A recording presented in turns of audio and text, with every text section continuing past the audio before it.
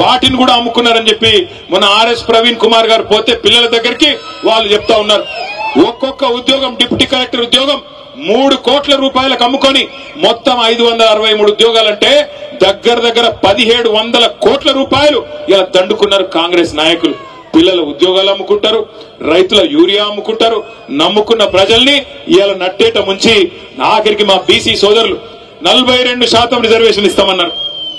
42% reservation ఇస్తాం, అది కూడా చదువులో, ఉద్యోగాల్లో, గవర్నమెంట్ కాంట్రాక్టుల్లో, అదేవిధంగా రాజకీయ పదవుల్లో అన్నిట్లో ఇస్తామని చెప్పినారు. చెప్పి 2.5 ఏళ్ళు అయిపోయింది.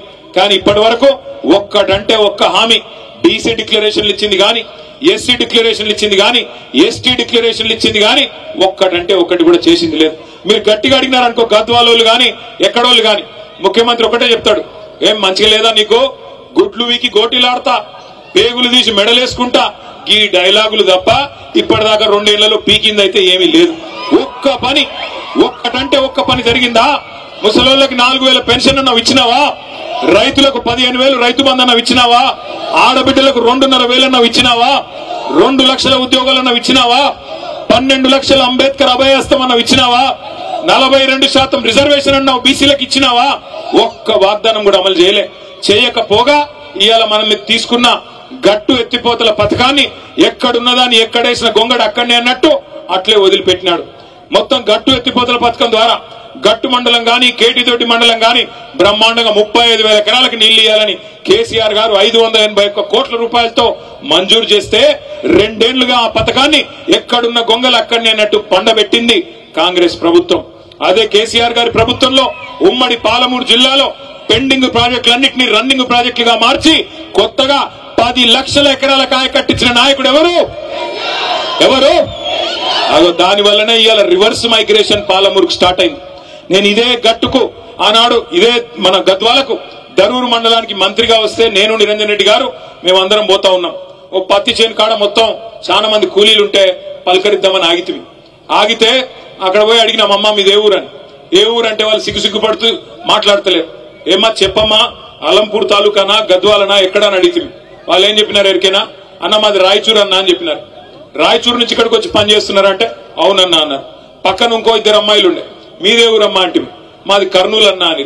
మాకెంత గర్వంగా అనిపించింది ఎరికేనా? ఒకనాడు వలసల జిల్లాగా ఉన్న పాలమూరు, వలసలకు కేర్ ఆఫ్ అడ్రస్ గా ఉన్న పాలమూరు ఇవాళ రివర్స్ మైగ్రేషన్ అంటే అటు కర్ణాటకలోని అభాగ్యులకి ఇటు ఆంధ్రాలో ఉండే అభాగ్యులకు కూడా అన్నం పెట్టే స్థాయికి పాలమూరును చేసింది ఎవరు? అట్లాంటి కేసీఆర్ గారి నాయకత్వంలో నడిగడ్డలో మీరు గెలిపించుకున్న ఎమ్మెల్యే మీకు పంగనామాలు పెట్టి, మీకు శటకోపం పెట్టి, పార్టీకి తల్లి పాలు దాగి రొమ్మును గుద్దినట్టు పార్టీకి అన్యాయం చేసి ఇలా రేవంత్ రెడ్డి సంకన కూర్చొని మీదికి మాత్రం సన్నాయి నొక్కులు నొక్కుతున్నాడు. నేను బీఆర్ఎస్ లోనే ఉన్నా అని ఇలా భయపడతా ఉన్నాడు. నేను అడుగుతా ఉన్నా రేవంత్ రెడ్డి గారు, 2 ఏళ్లలో నీ పార్టీ నీ ప్రభుత్వం ఏదో పొడిసింది అని నువ్వు అనుకుంటే దమ్ముంటే నీ భాషలో చెప్తున్నా, నాకు భాష ఇట్లా మాట్లాడు ఇష్టం ఉండదు, కానీ రేవంత్ రెడ్డికి ఈ భాషలో చెప్తేనే అర్థమవుతుందని తెలుసు. రేవంత్ రెడ్డి నీకు దమ్ముంటే నువ్వు మగాడివైతే ఆ 10 మందిని రాజీనామా చెప్పి ఎన్నికల్లో చూసుకుందాం ఎవరి సత్తా ఏందో, ఎవరి ప్రభుత్వ పనితీరేందో, 10 ఏళ్ల కేసీఆర్ పనితీరేందో, 2 ఏళ్ల కాంగ్రెస్ ప్రభుత్వ పనితీరేందో ప్రజలే నిర్ణయం చేస్తారు. ఉమ్మడి మహబూబ్ నగర్ జిల్లాలో ఒకటే ఒక్క ఎమ్మెల్యే మా పార్టీ నుంచి నీ పార్టీలోకి వచ్చినాడు గద్వాలలో.